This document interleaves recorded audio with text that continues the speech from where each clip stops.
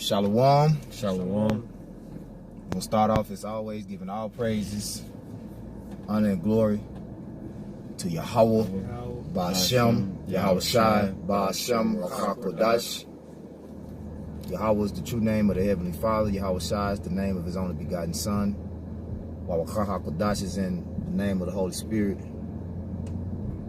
Salaki Ba'ashem, Kodash is in the name of the Holy Spirit. Double honors to our apostles and elders of Great Millstone. And salutations to you, sincere brethren, faithfully and diligently pushing this truth, your fear and trembling through spirit and power of Yahweh Ba'ashem, Yahweh Shai. With the GMS Memphis camp, doing a in-transit lesson. We just about to go get some brunch. And we just had a topic dealing with the spirit, carnal power versus spiritual power is the title. And the brother gonna bring out the first precept. We just gonna get right into it. Lord willing, you be edified. This is Romans 8:5. For they that are after the flesh do mind the things of the flesh, but they that are after the Spirit, the things of the Spirit. Mm-hmm. For to be carnally minded is death, but to be spiritually minded is life and peace. See? So what's the difference between carnal power and spiritual power? Read verse 6 again. For to be carnally minded is death, but to be spiritually minded is life and peace. Right. And it made me...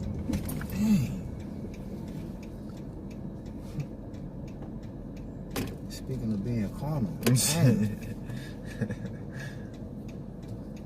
Motherfuckers can't drive, huh? Yeah, man. But nevertheless, it made me think about yesterday we was going to camp, and I can't remember which brother brought it out, but it was a scripture talk about by strength shall no man prevail. So, your greatest weapon, and if a brother can get 2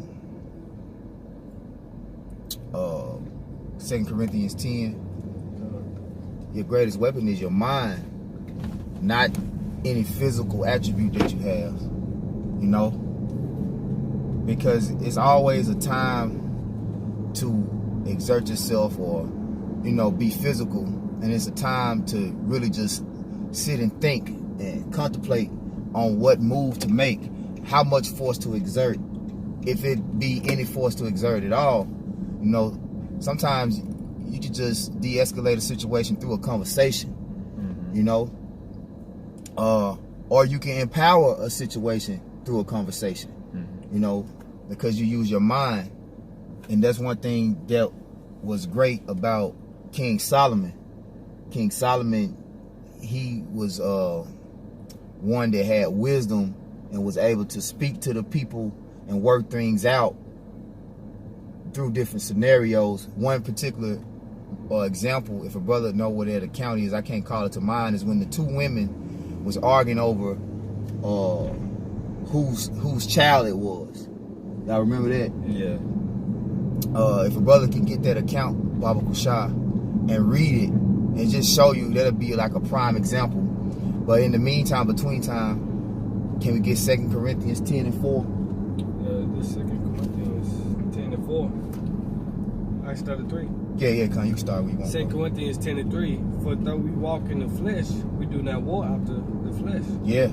For the weapons of our warfare are not carnal. Right. So we are in a flesh, a body made of flesh. We don't allow our flesh to control us, right? Because the flesh has a desire to do things on its own. It's like basic instinct, natural. Your body has natural instincts and impulses. But through the discipline of your mind and controlling your thoughts through the Holy Spirit, you're able to harness your flesh and bring it into submission. Go ahead, bro. They say back and forth, for the weapons of our warfare are not carnal, but mighty through the Most High to the pulling down of strongholds. Right. So, as powerful as the Most High is, He's also very merciful. So you gotta think that he has allowed us all this time to go off and rebel and, sin and not destroy us in an instance. So how much more should we, when we don't even have nowhere near that amount of power? Like say, to whom much is given, much is required, and with a great power comes great responsibility.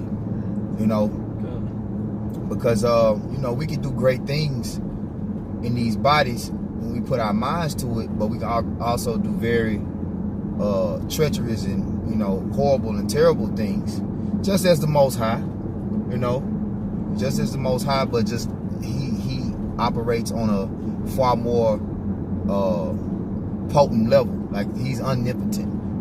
He has limitless power. We was talking about this guy. Man, we still didn't get his name, but we was talking about him.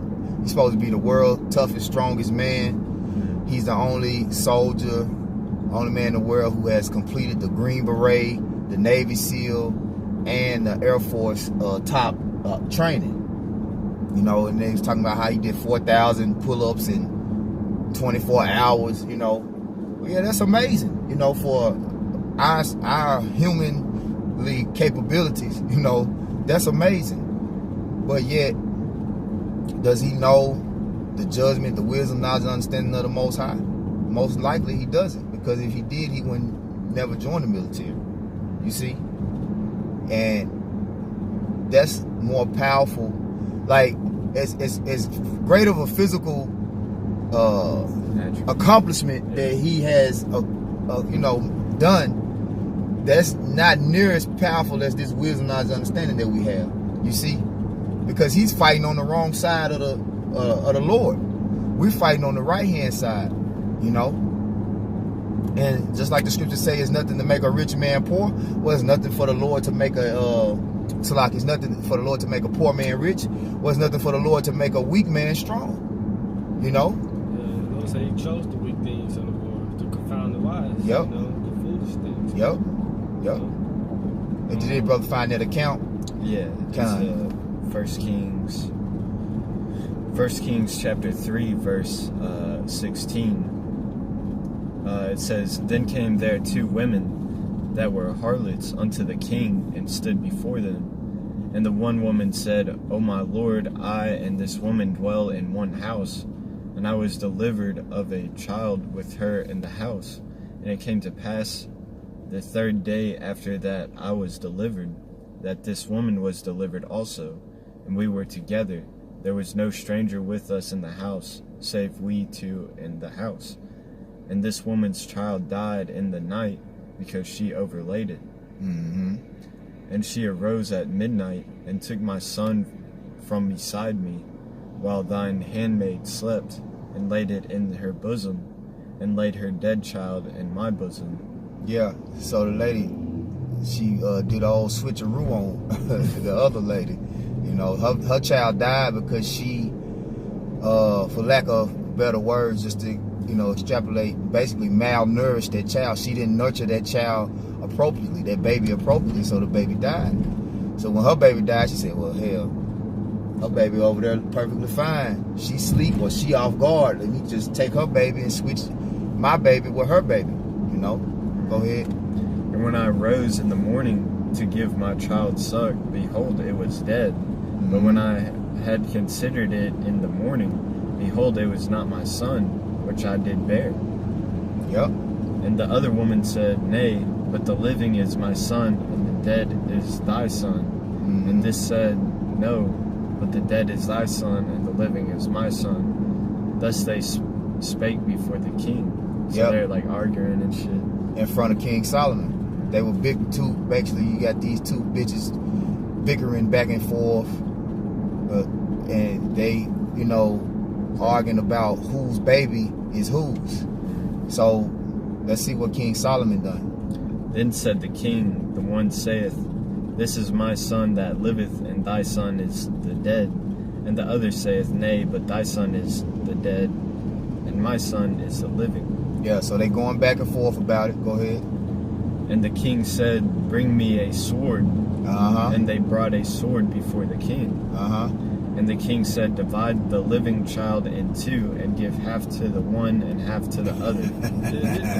This just shows you King Solomon's wisdom, man. Yeah. He know like a real mom, a real parent, ain't not gonna want the child to die, you know.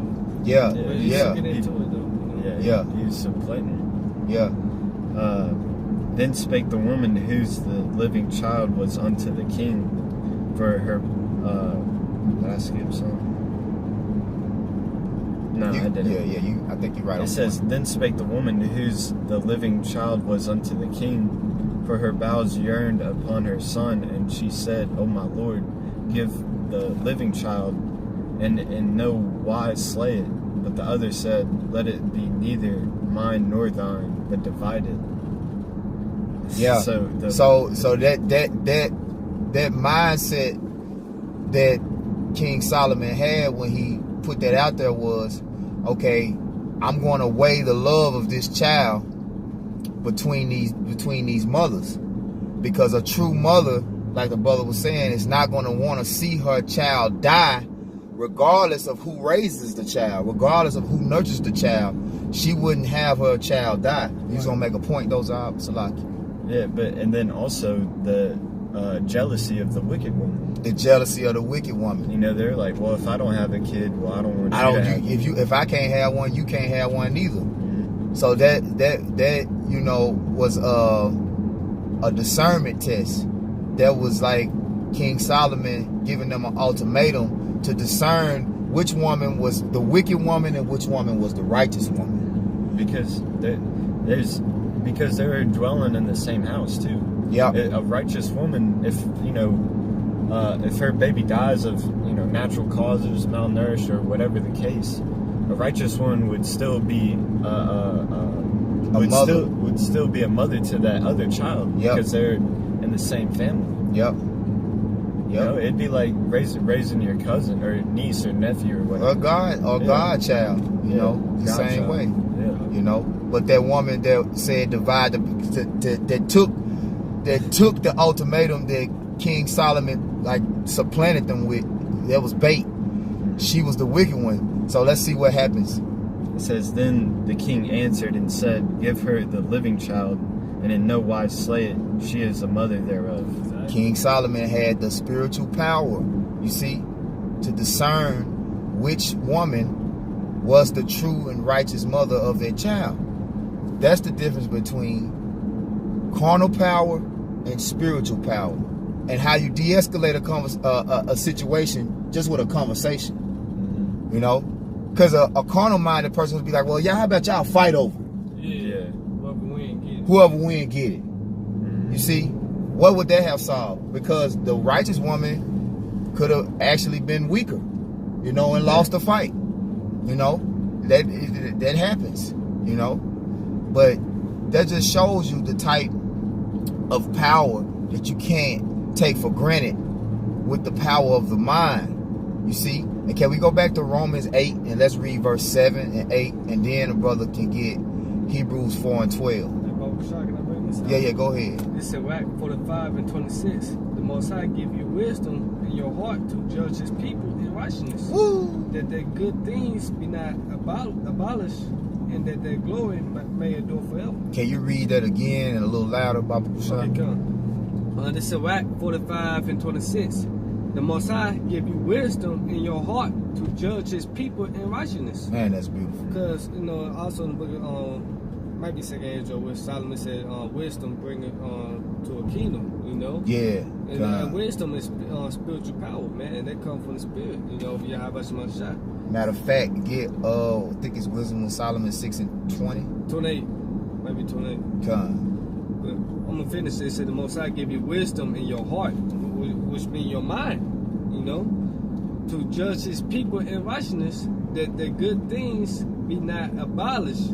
And that's what King Solomon prayed for. King Solomon asked for wisdom, and then when he asked for wisdom, the Most High says, because you asked for wisdom, I'm gonna increase your carnal things. Okay. And can we get Wisdom of Solomon 6 right behind that? Yeah, this is Wisdom of Solomon, chapter 6, verse 20. Therefore, the desire of wisdom bringeth to a kingdom. And that's what happened with King Solomon. You can expound on it if you want to. Yeah, I mean, it's plain and simple, man. Yeah. I mean, yeah. Hey, you can either... It's like that classic saying, if you had 3 wishes, what would you wish for? Well, right. A wise person would wish for more wishes. You're right. Right. But, you know, a carnal person is just going to want that instant gratification and he's going to be left with nothing. Right.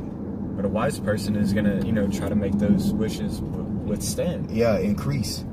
Yeah. He's going to, whatever he wishes for, he's going to make those things increase. Yeah. And that's what Solomon did. Yeah. And that's what he had, that's what his mindset was when he came into power, he was like, well, I don't want anything but the betterment of my kingdom. Yeah. He said, I want a righteous rulership. The mind to maintain his kingdom. Right. He wanted the mind, the wisdom to maintain his kingdom, because he saw how his father's kingdom, King David's kingdom, was pure hell, man. You know, total hell. King David went through hell, man. And you know, King David was an example of physical power, of carnal power. You know, even though King David, we're not neglecting the fact that King David was wise, but he wasn't as wise as King Solomon. Right. Because if you can receive it, we know that in the spirit, King Solomon's spirit was the same spirit in Yahweh Shai himself. You know, that's the same spirit. 2 different vessels. But the way that they reigned was a total different reign. You know, King Solomon's reign was a kingdom of peace, and King David's reign was a kingdom of war. You know, which nobody could touch. You know, nobody could take the kingdom down pretty much for that 40-year time, because King David had great might. But it was through the wisdom of Yahweh Shem Yahweh Shai that he had that might. You see, so can we get? Was it more on there? On that Wisdom of Solomon? I think that was the point. It might be a little more. That's basically the point. Okay, let's get Romans again, and let's get verses 7 and 8.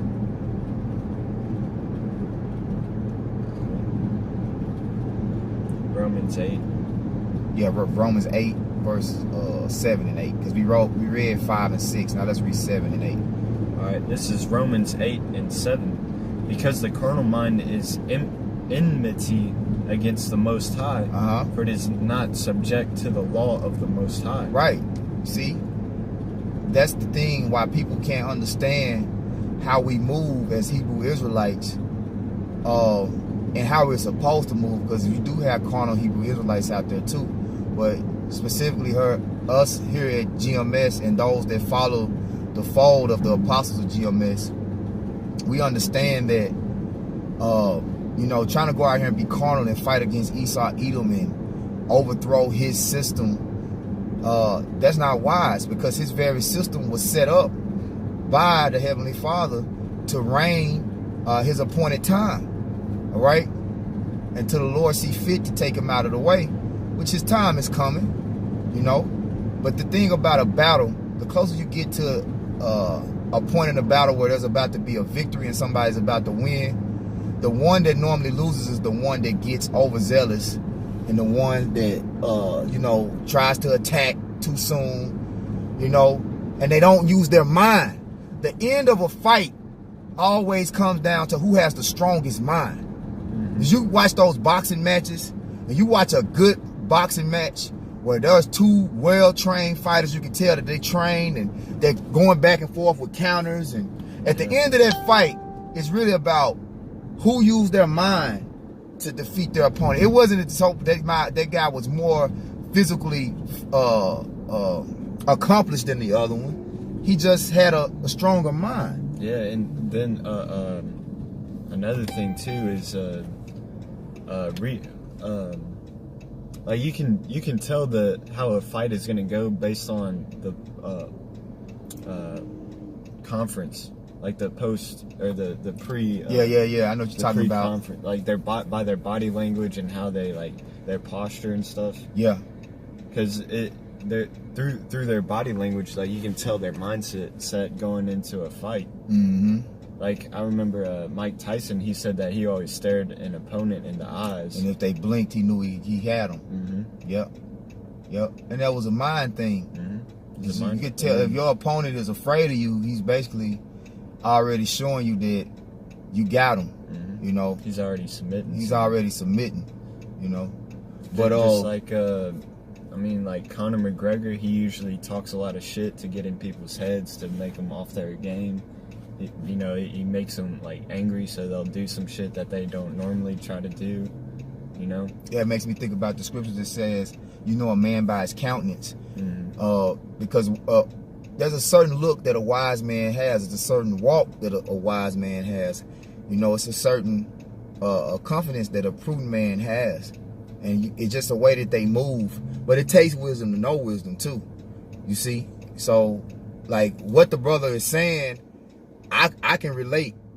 But a person that's not in this truth, they're like, what the hell are you talking about? You can't tell who's gonna win the fight by looking. Well, it takes one to know one. You can tell, you know, like, okay. And not saying that we always right by looking, but you can kind of tell, especially if the opponents are unevenly matched. Now, you might have two very well trained fighters, and you're like, well, man, it's gonna be a good fight. It could go either way. You know what I'm saying? It could go either way, and you won't tell until it's done. But you could tell a weaker opponent, you know, his mind frame versus a well trained, you know, fighter, so to speak. But can we get Hebrews 4:12? Did we finish verse 8? Or we just no, we didn't. Okay, so let's finish verse 8, and then we'll get Hebrews 4:12. And we can I get some? Yeah, you get some. We'll end on Hebrews 4:12. This Matthew 15, I get straight to the point. Matthew 15:19.